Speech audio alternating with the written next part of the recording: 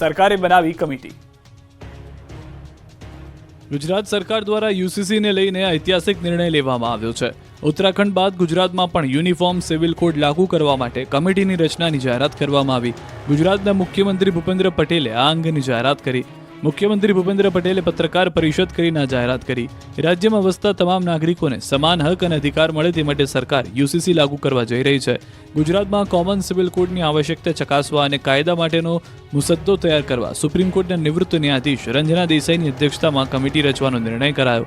5 સભ્યોની આ કમિટીમાં વરિષ્ઠ નિવૃત્ત IAS CL Meena, advocate RC Kodekar, પૂર્વ વાઇસ ચાન્સેલર દક્ષેશ ઠાકર, સામાજિક કાર્યકર ગીતાબેન શ્રોફનો સમાવેશ કરાયો। આ કમિટી તમામ પાસાનો અભ્યાસ કરીને 45 દિવસમાં રાજ્ય સરકારને રિપોર્ટ આપશે। કમિટીના સભ્યો દરેક ધર્મના લોકોને મળશે। ધર્મ સાથે જોડાયેલા અગ્રણીઓને આ કમિટી મળ્યા પછી જ રિપોર્ટ આપશે। આ રિપોર્ટના આધારે સરકાર નિર્ણય કરશે। આ રિપોર્ટને સમજ્યા બાદ રિવ્યૂ કર્યા બાદ વિધાનસભામાં રજૂ કરવામાં આવશે। સમગ્ર બાબતે રાજ્યના ગૃહમંત્રી હર્ષ સંઘવીએ જણાવ્યું કે આદિવાસી સમાજના કાયદાઓ છે તેમનું સંપૂર્ણ સંરક્ષણ કરવામાં આવશે। આદિવાસી સમુદાયના કાયદામાં ફેરફાર નહીં થાય તો અશાંત ધારા અંગે ગૃહ રાજ્યમંત્રી હર્ષ સંઘવીએ સ્પષ્ટતા કરી કે યુસીસીથી અશાંત ધારાના કાયદાને કોઈ અસર નહીં થાય। ગૃહ રાજ્યમંત્રીએ જણાવ્યું કે અશાંત ધારા અને યુસીસીના કાયદાને કોઈ સંબંધ નથી। અશાંત ધારા ધર્મના આધારે નથી, જે તે સમયે સર્જાયેલી સ્થિતિને ધ્યાનમાં રાખીને કરાયો છે। ધર્મના આધારે વિભાજિત નથી કરાયું, ઘટનાઓના આધારે કાયદો લાગુ કરાયો। સ્થાનિક સ્વરાજની ચૂંટણીના ફોર્મ પરત ખેંચવાના અંતિમ દિવસે ઠેર ઠેર બોલી ધડબડાટી તો કેટલાક સ્થળે જોવા મળ્યો હાઈ વોલ્ટેજ ડ્રામા। ગુજરાતમાં 68 નગરપાલિકા સહિત સ્થાનિક સ્વરાજ્યની સંસ્થાઓની ચૂંટણીનું રાજકારણ હવે ધીરે ધીરે ગરમ બની રહ્યું છે, કારણ કે ઉમેદવારી કરવા કરતાં ઉમેદવારી પાછી ખેંચવામાં હોડ જામી। ઉમેદવારી ચકાસણીમાં ધડાધડ ફોર્મ રદ થતા અનેક બેઠકો બિનહરીફ થઈ રહી છે। આ કારણે કોંગ્રેસ ગુસ્સે ભરાયું છે। આવામાં આપ અને કોંગ્રેસને ડેમેજ કંટ્રોલ કરવાની જરૂર પડી છે। પોતાના ઉમેદવાર બચાવવા હવાતિયા મારવા પડ્યા છે, જેની વચ્ચે ધરમપુરમાં ફોર્મ પરત ખેંચવાના અંતિમ દિવસે પણ ભારે ધડબડાટી જોવા મળી। ધરમપુરમાં ભાજપ કોંગ્રેસ વચ્ચે હાઈ વોલ્ટેજ પોલિટિકલ ડ્રામા જોવા મળ્યો। વલસાડ જિલ્લાની ધરમપુર નગર હવેલીની ચૂંટણીમાં ફોર્મ પરત ખેંચવાના અંતિમ દિવસે અંતિમ ઘડીએ બબાલ થઈ।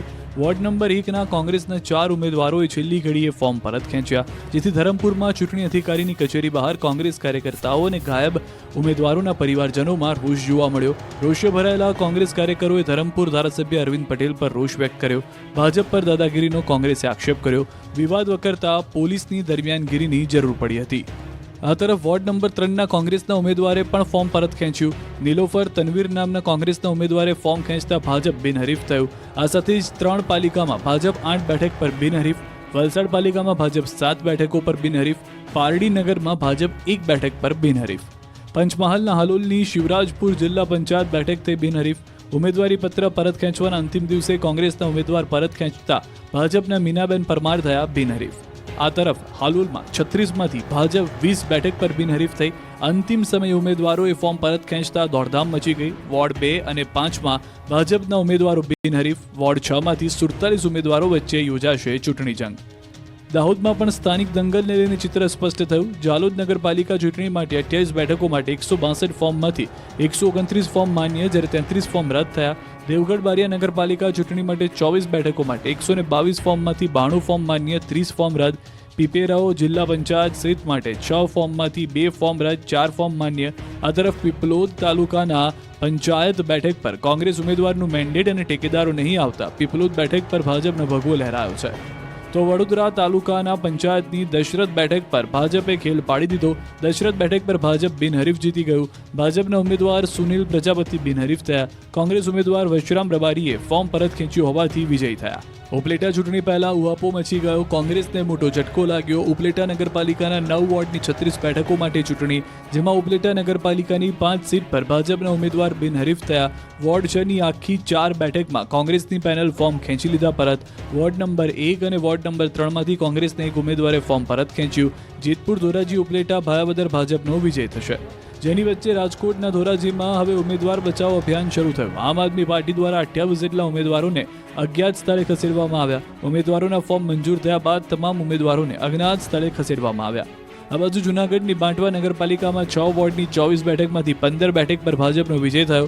કોંગ્રેસના 9 ઉમેદવારોના ફોર્મ રદ થયા અને કોંગ્રેસના વધુ 6 ઉમેદવારોએ ફોર્મ પરત ખેંચી લીધા। હવે બાંટવામાં 9 બેઠકો પર ચૂંટણી યોજાશે।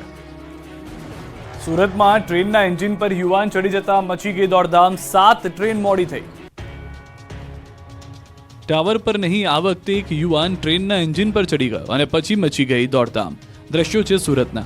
સુરત રેલવે સ્ટેશન પર એક યુવક ટ્રેન પર ચડી જતા ભારે હંગામો સર્જાયો. સુરત રેલવે સ્ટેશન પર આવેલા પ્લેટફોર્મ નંબર 4 પર બાંદ્રા એક્સપ્રેસ ટ્રેન આવીને ઊભી રહી હતી, જે દરમિયાન એક યુવક એન્જિનની ઉપર ચડી ગયો. યુવક ટ્રેનના એન્જિન પર બેસીને હાથ જોડતો હતો અને ઇશારાઓ કરી રહ્યો હતો. લોકો તેને સમજાવીને નીચે ઉતરવાનો પ્રયાસ કરાવી રહ્યા હતા, જોકે તે ઉતરી નહોતો રહ્યો. આ અંગેની જાણ થતાં જ આરપીએફના જવાનો પણ દોડી આવ્યા હતા. શરૂઆતમાં સમજાવીને ઉતારવાનો પ્રયાસ કરતા તે નીચે ઉતરતો ન હતો. આ અંગેની જાણ થતાં જ પહેલા ઇલેક્ટ્રિક સપ્લાય બંધ કરી દેવામાં આવી હતી. બાદમાં યુવકને લોકો અને આરપીએફ દ્વારા 45 મિનિટની ભારે જહેમત બાદ નીચે ઉતારવામાં આવ્યો. યુવક માનસિક બીમાર હોવાનું પ્રાથમિકમાં સામે આવ્યું છે. 45 મિનિટ સુધી ચાલેલા આ ડ્રામાના કારણે 7 જેટલી ટ્રેનો મોડી પડી, જેના કારણે મુસાફરોને પણ હાલાકીનો સામનો કરવો પડ્યો. અત્રે ઉલ્લેખનીય છે કે પ્લેટફોર્મ ઉપર ઊભી રહેલી ટ્રેનના એન્જિન ઉપર ચડી જવાને લઈને આરપીએફની કામગીરી પણ સવાલો ઉઠ્યા હતા. આ યુવક ટ્રેન સુધી કઈ રીતે પહોંચ્યો એ પણ એક તપાસનો વિષય છે. સુરતમાં બ્રાન્ડેડ બૂટ ચપ્પલ ચોરતો ચોર કેમેરામાં કેદ, તો જામનગરમાં ચોરેલી બાઇક ચોર પરત મૂકી ગયો. તમે મોંઘીદાટ કાર, બાઇક, ઘડિયાળ ચોરતા ચોરને તો જોયા હશે, પરંતુ સુરતમાં આ ચોરને બ્રાન્ડેડ બૂટ ચપ્પલ ચોરવાનો શોખ છે. કોઈના બ્રાન્ડેડ બૂટ ચપ્પલ જોઈ જાય તો ચોર રાત્રે જ હાથફેરો કરવા પહોંચી જાય, જેના દ્રશ્યો સીસીટીવીમાં કેદ થયા. બ્રાન્ડેડ બૂટ ચપ્પલ ચોરતા ચોરનો સૌથી પહેલો ત્રાસ સુરતના બેગમપુરામાં છે. અહીંના ફ્લેટમાં રાત્રે ચોર આવે છે. બધા ભર ઊંઘમાં સૂતા હોય ત્યારે ફ્લેટમાં બિલાડી પગલે ચોર આવે છે અને ઘરની બહાર રાખેલા શૂ રેકમાંથી મોંઘા બૂટ ચપ્પલ ચોરીને નાસી જાય છે. પછી ચોરેલા બૂટ ચોર મહિધરપુરા પોલીસ મથકની સામે જ વેચે છે. મહિધરપુરા પોલીસની રહેમ નજર હેઠળ ચોરેલા બૂટોનું બજાર ચાલી રહ્યું હોવાનો પણ આક્ષેપ છે. ચોરના આતંકથી લોકો હવે બ્રાન્ડેડ બૂટ ચપ્પલ પહેરતા ડરે છે. સલાબતપુરા પોલીસે સીસીટીવીના આધારે તપાસ આરંભી દીધી છે. આ તરફ જામનગરમાં બાઇક ચોરી ગયેલા ચોરોના દિલમાં જાણે ભગવાન વસી ગયા હોય તેમ ચોરી કરી ગયેલા બાદ બાઇક પરત મૂકી ગયા. સામાન્ય રીતે ચોરીની વસ્તુ પાછી લાવવામાં ફરિયાદી અને પોલીસને નાકે દમ આવી જાય છે, ત્યારે જામનગરમાં બાઇક ચોરી કરી અને પરત મૂકીને તસ્કરો સૌને અચંબામાં નાખ્યા. લીમડા લાઇન વિસ્તારમાં બાઇકની ચોરી થઈ હતી. ચોર બીજા દિવસે બાઇક ફરી મૂકી ગયા. સમગ્ર ચોરી અને પરત મૂકવાની ઘટનાના સીસીટીવી પણ જોવા મળ્યા. ચોરનું હૃદય પરિવર્તન થતાં બીજા દિવસે બાઇક જે સ્થળે ચોરી કરી હતી ત્યાં ફરી મૂકવામાં આવ્યા. રાજકોટમાં ગ્રીનલેન્ડ ચોકડી નજીક દબાણ હટાવ ઝુંબેશ શરૂ. રાજકોટ મહાનગરપાલિકાએ હવે ગ્રીનલેન્ડ ચોકડી પાસે મિશન સફાયો શરૂ કર્યો. રાજકોટના મોરબી રોડ પર થયેલા દબાણો કલેક્ટર તંત્ર દ્વારા દૂર કરવામાં આવ્યા. રાજકોટના ગ્રીનલેન્ડ ચોકડી નજીક સરકારી જગ્યા પર દબાણો કરાયા. આ અંગે અનેકવાર નોટિસ આપવા છતાં કારખાના તેમજ 4 ઓરડી અને નર્સરી બનાવનારા ગાંઠતા ન હતા. અંતે તંત્ર સવારથી જેસીબી લઈને પહોંચી ગયું હતું. સરકારી જમીન પર ખડકી દેવાયેલા દબાણો પર જેસીબી ચલાવી જમીન ખાલી કરાવી. તમામ દબાણ કલેક્ટર તંત્ર દ્વારા દૂર કરવામાં આવ્યા. કારખાના તેમજ 4 ઓરડી અને નર્સરી હટાવતા અંદાજિત 40 કરોડ રૂપિયાની જમીન ખુલ્લી કરવામાં આવી. દ્વારકા તાલુકામાં ગત 11 જાન્યુઆરીથી શરૂ થયેલા ઓપરેશન ડિમોલિશનની કામગીરી આજે ફરી વેગવંતી બની છે. પ્રાંત અધિકારી અમોલ આવટે અને જિલ્લા પોલીસ વડા નિતેશ પાંડ્યના નેતૃત્વમાં અગાઉ 7 દિવસમાં મોટી કામગીરી હાથ ધરવામાં આવી હતી. આ કામગીરી દરમિયાન 384 રહેણાંક, 13 અન્ય અને 9 કમર્શિયલ મળી કુલ 406 દબાણો દૂર કરવામાં આવ્યા હતા. આ દબાણો હટાવવાથી 1.25 લાખ ચોરસ મીટર જમીન મુક્ત થઈ હતી, જેની કિંમત રૂપિયા 63 કરોડ આંકવામાં આવી છે. આ દરમિયાન કેટલાક દબાણકર્તાઓએ કોર્ટમાં અરજી દાખલ કરી હતી. કોર્ટે વચગાળાનો સ્ટે આદેશ આપ્યો હતો. જોકે સુનાવણી બાદ કોર્ટે તંત્રની તરફેણમાં ચુકાદો આપતા વહીવટી તંત્રએ આજે બપોર બાદ બેટ બાલાપુર વિસ્તારમાં ફરી એકવાર બુલડોઝર ફેરવવાની કામગીરી શરૂ કરી.